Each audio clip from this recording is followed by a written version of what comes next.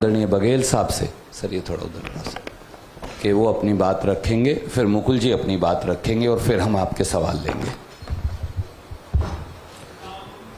आदरणीय पत्रकार साथियों और डायस में बैठे सभी हमारे नेतागण, आदरणीय गहलोत जी ने विस्तार से आप सबसे चर्चा की। पूरे देश में जो हालात है वो सबके सामने हैं। 3 दिन से हम लोग दिल्ली में हैं और ऑफिस नहीं आ पा रहे हैं। हम लोगों से कहा गया केवल 2 मुख्यमंत्री ही यहाँ आ पाएंगे और किसी का अनुमति नहीं है। तो किस प्रकार से पार्टी कार्यालय में हम लोग पहुँचे हैं ये आप सब जानते हैं। ऐसी स्थिति कभी नहीं हुई थी। राजनीतिक दल अपने पार्टी कार्यालय में पार्टी के कार्यकर्ता ना जा सके, ये हालात तो पहली बार। और ये स्थिति बनी क्यों? इसलिए कि देश में पिछले 8 वर्षों से जो कुछ हो रहा है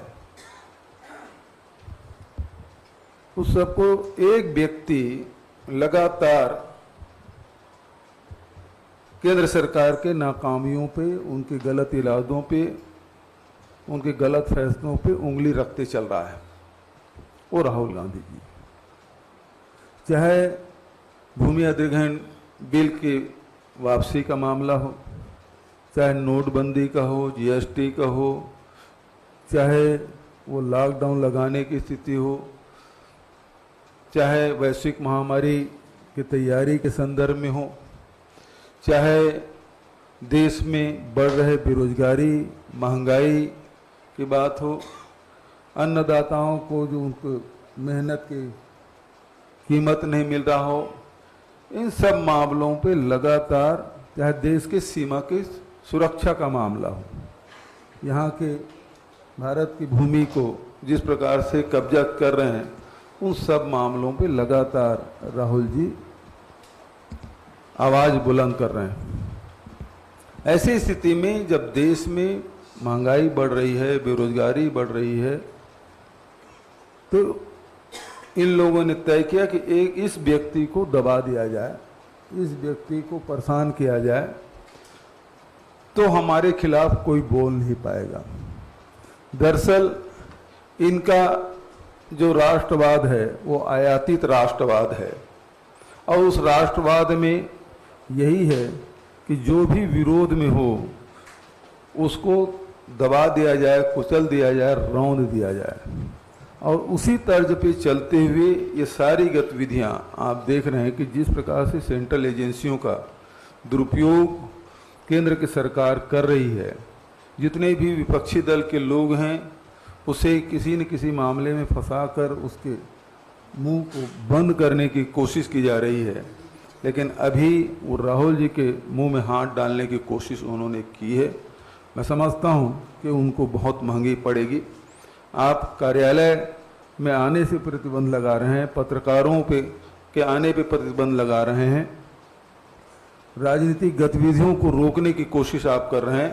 कल हम लोग गहलोत जी भी गए थे मंदिर मार्ग थाने में, मैं बदरपुर थाने जा रहा था, हम लोगों को रोका गया। हम अपने नेताओं से नहीं मिल सकते, अपने साथियों से नहीं मिल सकते।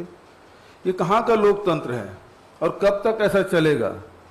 आप किसी को एक सीमा तक दबा सकते हैं, उससे अधिक नहीं। अब सीमा से पानी सर से ऊपर जा रहा है, तो ये बर्दाश्त करने के लायक बिल्कुल नहीं है। और पूरा देश इस घटना को बहुत करीब से देख रहा है कि एक अखबार जो आज़ादी की लड़ाई में जिसकी भूमिका रही, कांग्रेस के लोगों ने अपने पाई पाई जमा करके उस पेपर को खड़ा किया।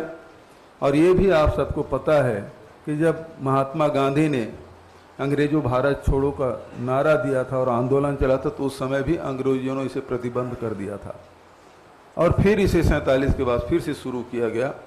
ये सब घटना आप सबको जानकारी है।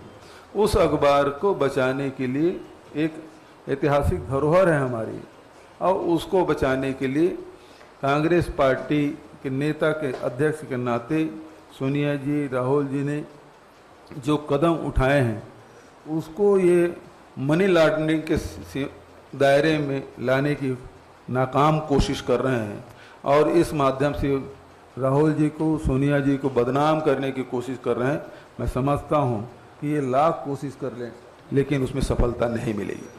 धन्यवाद।